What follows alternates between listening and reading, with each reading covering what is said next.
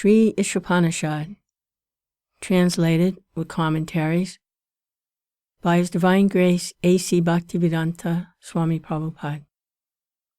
Mantra 2. Kurvan evaha karmani jijivashak chatam samaha evam tvayi nanyate tosti na karma lipyate nare. Translation. One may aspire to live for hundreds of years if he continuously goes on doing work in that way, because that sort of work will not bind him to the law of karma, and there is no alternative to this way for man. No one wants to die, and everyone wants to live for as long as he can drag on. This temperament is not only visible individually, but also it is visible collectively in the community, society, and nation. There is a hard struggle for life in every class of living entities, and the Veda says that this is quite natural for the living being. The living being is eternal by nature, but due to his bondage in the material existence, he has to change his body from one to another. This process is called transmigration of the soul. This transmigration is also called karma bandhana, or being bound by one's own work. The living entity has to work for his livelihood because that is the law of material nature, and if he does not act according to the prescribed duties of his particular life, he transgresses the law of nature, making himself bound more and more in the cycle of birth and death. The cycle of birth and death is present in life other than the human form. When the living entity gets the chance for a human life, however, it is his chance to get free from the chain of the law of karma. Karma, akarma, and vikarma are principles very clearly described in the Bhagavad Gita.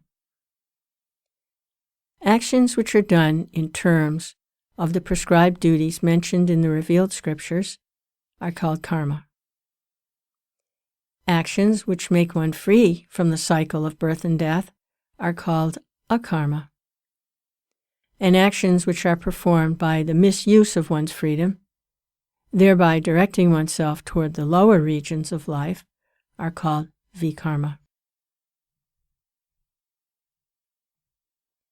Of these three categories of activities, the one which makes one free from the cycle of further bondage to karma is preferred by intelligent men.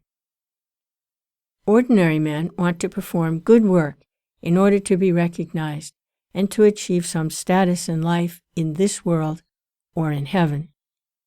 But more advanced men want to be free altogether from the actions and reactions of work.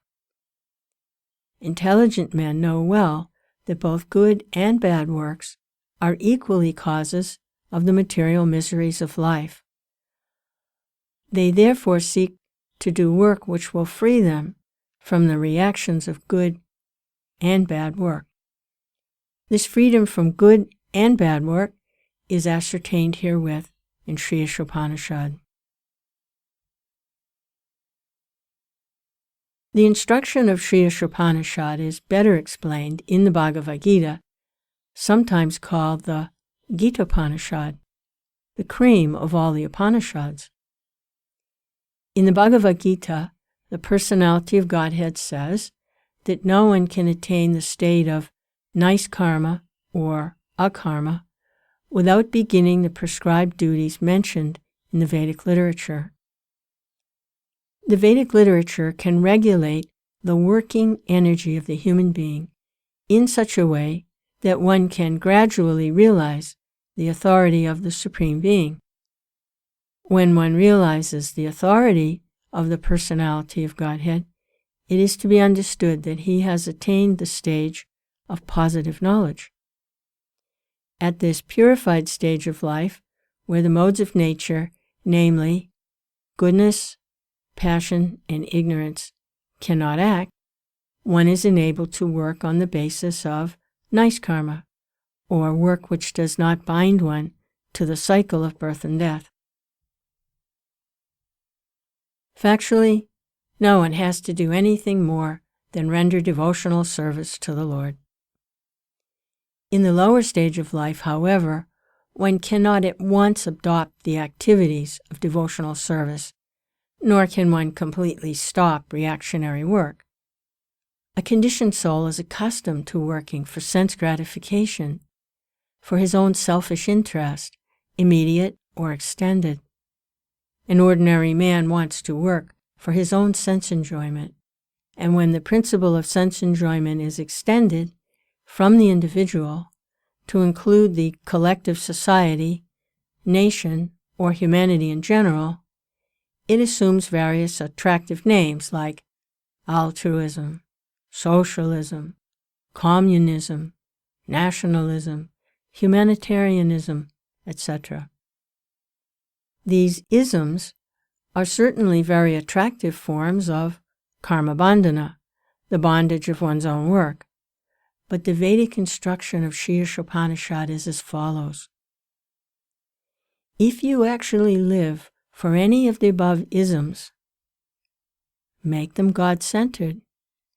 There is no harm in becoming a family man, an altruist, socialist, communist, nationalist, or humanitarian, provided all such activities are executed in relation with Isavasya, the God-centered conception.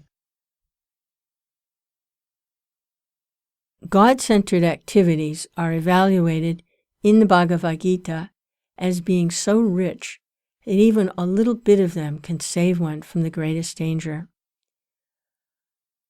The greatest danger of life is to glide down again into the evolutionary cycle of birth and death.